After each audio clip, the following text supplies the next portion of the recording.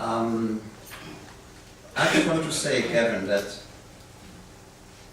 we need to try and work together to compel the company to invest in the community.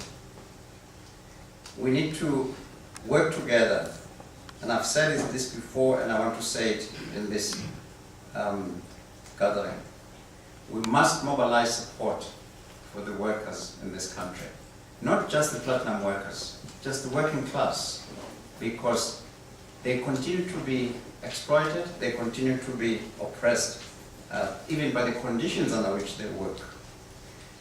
I think that the study is independent enough, and therefore it should inform the way we want to help the workers, particularly in the platinum belt.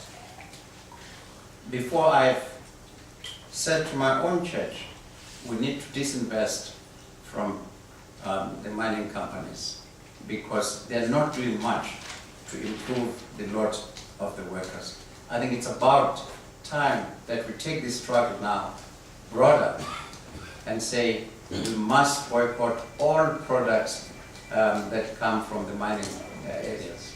Churches are big investors, workers themselves are big investors, universities are big investors. It has been done before. Why don't we call for sanctions now? What has changed? Has the new government really delivered for the working class in this country? If you were to ask me, I would say no. But we can force them to begin to take the workers seriously. How embarrassing just the other day that a workers' leader was said to have been paying his cattle minder 800 rands a month, and the leader of the Communist Party says the young man must be very happy because he's uneducated. The same language Mr. Griffiths used to undermine the people that actually produces the wealth. So in those few words, Gavin, I want to stop there and probably be ready to answer some questions if they're asked. But I think this study is excellent, it is timely, and we must use it for the benefit of the workers.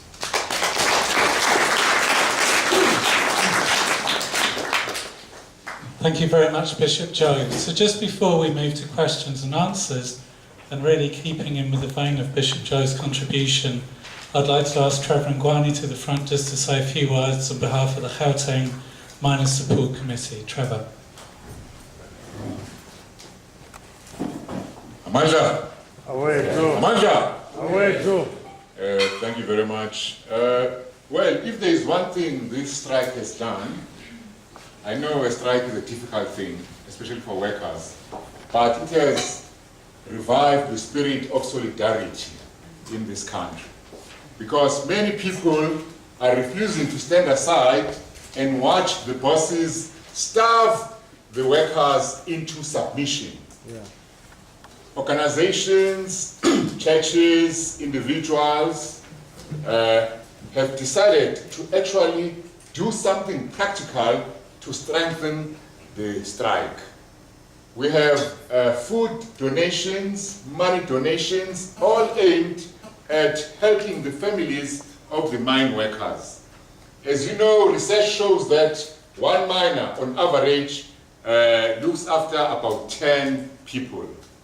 So that is why I say this strike is actually reviving or helping to revive the spirit of solidarity. Another reason it's doing that is because the workers have done everything possible. I think there's nothing more they can do after being on strike for 4 months. Alone, they cannot win.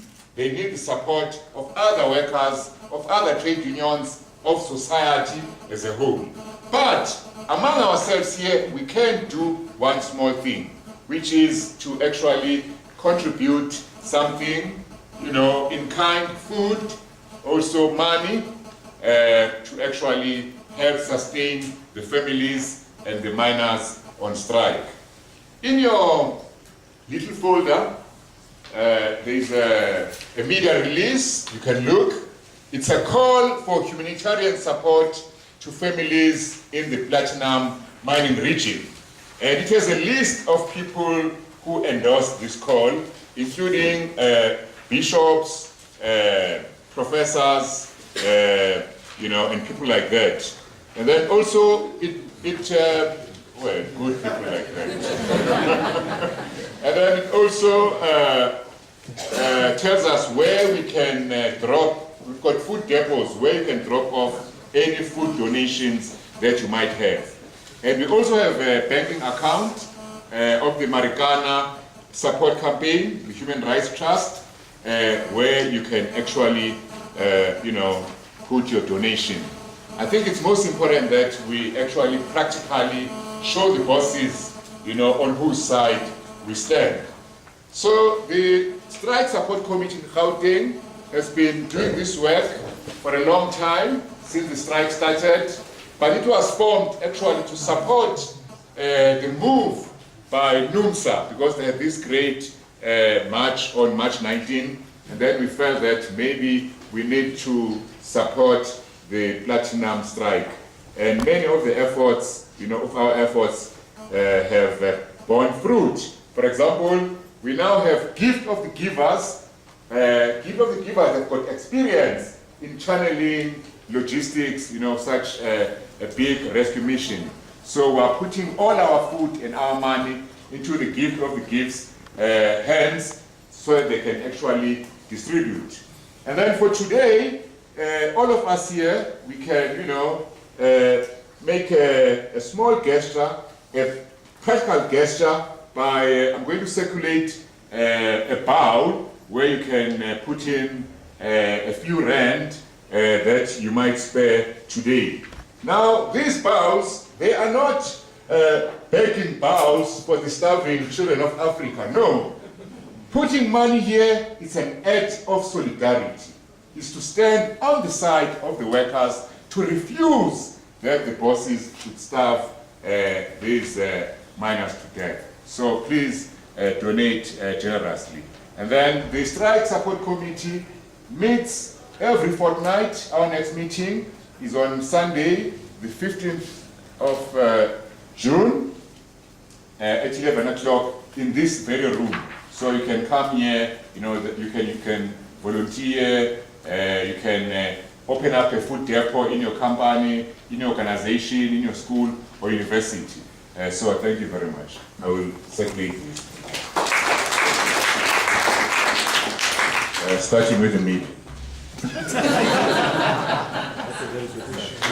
Thank you very much, Trevor. So now we move to the question and answer section. So questions for the authors of the report, Andrew and Gilad, perhaps also questions for Bishop Joe as well. I think we'll take three at a time, but just before then, an appeal from our sound technician. There seems to be a bit of an interference. So if anyone has their phone on silent, could you possibly just switch it off? It seems to be getting in the way. So let's take the first round of three questions, please, for the panel. And there's someone with a roving mic. So one is there. So the first one is there. The second one speak. Two things. First of all, please identify yourself, who you are, and whether you're with an organisation. That includes the journalists. And secondly as well, let's keep them to a maximum of 2 minutes, and we're looking for questions, not contributions, to unpack the presentation that we've had here. Thank you. Good afternoon. My name is Brian Mazibugo. I'm a consultant with a number of civil society and other business. I just am going to stick to the question. From all the reports that have been coming out, there is only one thing which is lacking. I just want to find out, because most of the time we are looking to the business on this issue of the strike, we are looking to the governing party. What about the traditional leaders who own the land? Their benefit on this? Because sometimes companies, I'm not speaking for any company, they would say they've given money, funds for development of communities to the traditionals, then vis-a-vis the community. The second question from the bishop, I just want to know, I need you to clarify me, when you say the present government has not done nothing for the workers of this country. I'm a bit confused. Can you clarify me? Thank you. Thank you very much, Mr. Burkhardt. So the next one, please. Hi, I'm Dennis Webster I'm a graduate student from the University of Pretoria. Thanks a lot, Andrew and Gilad. I think it's incredibly important report. So, as an anthropologist, to wrap my head around all of this sort of quantitative stuff takes a lot of interpretive labor. I think my question might seem quite silly, but it's one of sort of a clarification of terms. This sort of possibility and impossibility and the affordability of this thing. So, quantitatively speaking, what makes, so when you're conducting the report, when does this wage become impossible, or what decides whether or not? I mean, yeah, thanks. Thank you, Dennis. And the final question down the front here. Thank you. My name is Ben Cashton. I'm the producer of a TV show called The Big Debate. Reading the Business Day, it does appear as if there's a sort of orchestrated campaign to back up the claims, economic claims that the companies make from time to time. And it's really refreshing to hear an alternative story in your analysis. And I wonder which media are here today to cover that. I think there's at least one broadcast TV station over there, but it's not really a question directly for you, but it's a rhetorical question as to why the SABC, ANN7, ENCA, and all those TV folks are not all here today covering an alternative narrative. And then I wonder a more direct question. Do you think that the figures in your report support the possibility that these mining enterprises could be run without massive returns to shareholders by an investment not requiring those returns? And have you thought, perhaps with the Bishop assisting, of securing a meeting with the new Minister of Mineral and Energy, Mineral Affairs, Nwaka Ramatlodi, and asking whether or not he would not like to facilitate an investment by the Public Investment Commission and the IDC to take over any of these enterprises that Amplats or Implats say may no longer be profitable without having to have that return to shareholders as public enterprises. Thanks very much, Ben. So now to the panel to respond. Andrew, if you'd like to start, and then we can just move across the panel. Thanks. Okay. Well, I can't really answer the question on the role of traditional leaders. Oh, is that okay? Yeah, so I'll move on to the second question about what determines what's possible and not. Well, I mean, to put it simply, it's about what price the producers are able to get for the metals they're selling and what costs they incur in the process of producing them. That determines what's left over and what can be distributed from that. And as I say, we haven't done modelling which looks at the likely future direction of prices and costs, so we can't really make a comment on that. What we're trying to do is put it in context of the previous 14 years and the boom period during which we're saying they would have been affordable during the boom. In terms of the question of other media, I mean, I should say that SABC were here earlier to do an interview.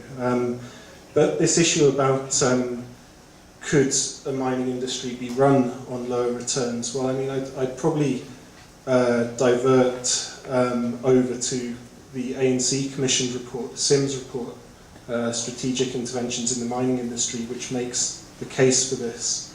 It's worth a read. Hi, thanks.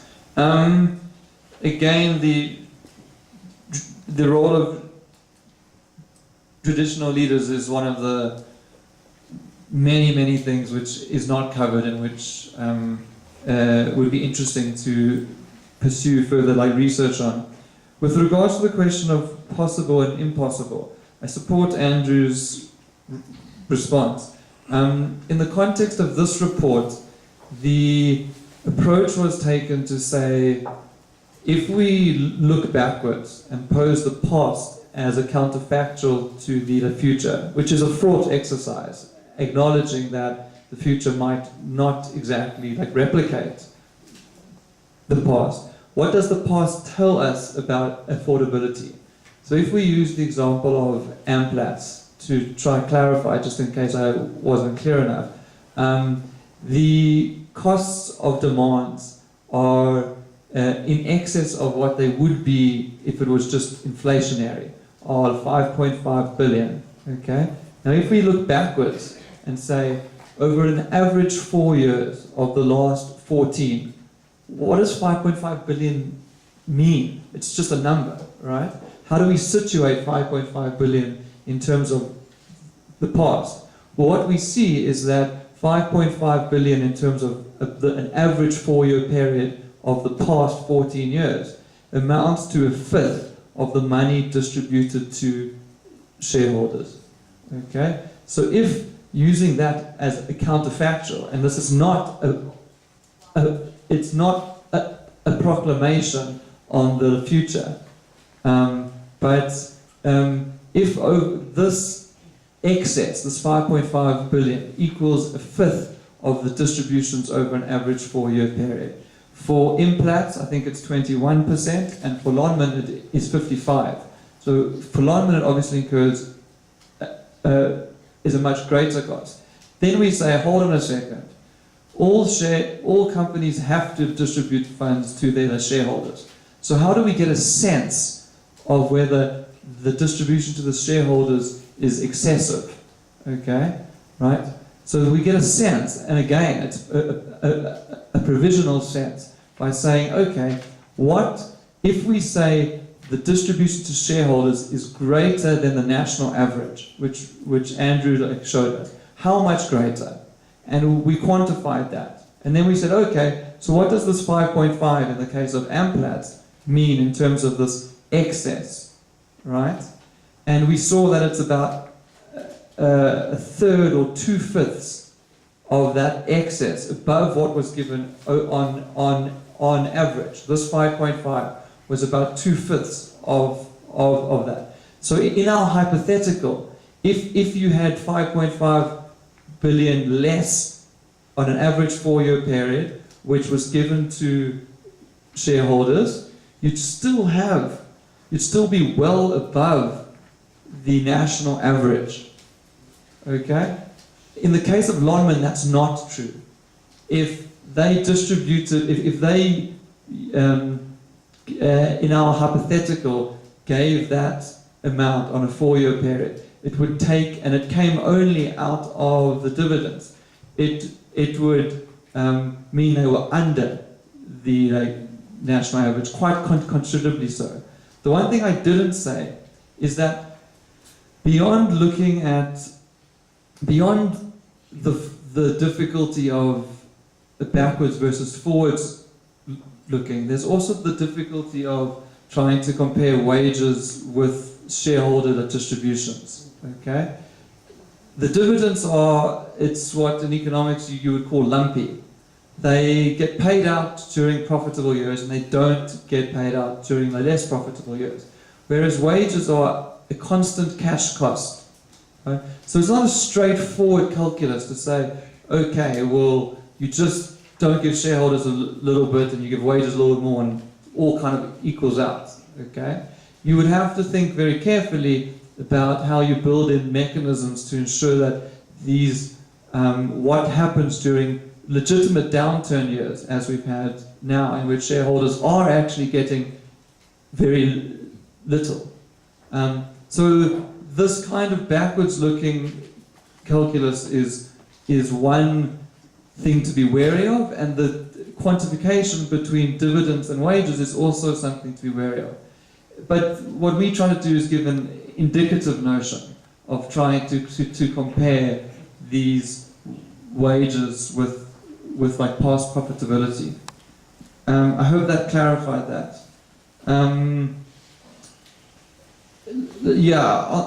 On the could it be run without returns, without such large returns? I think there's various ways of exploring this question.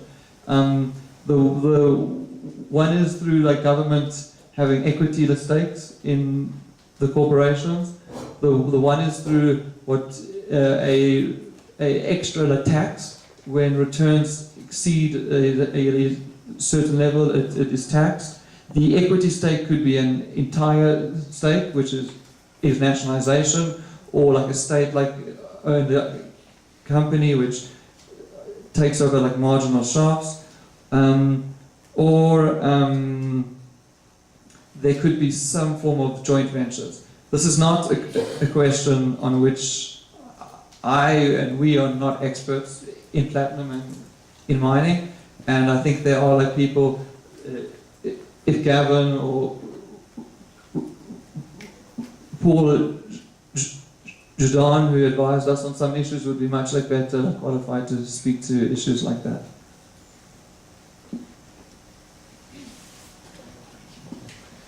Thank you for the question. I think first of all the issue of the local traditional leaders, if you talk to them, they will tell you that some of these companies don't pay their royalties. They are not getting involved in job creation. The number of young people who are unemployed around the mining areas is just too much.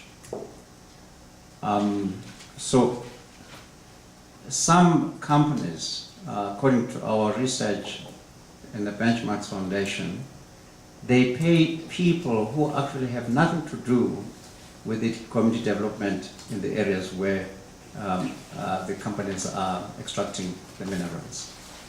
And so we need to put pressure. We need to identify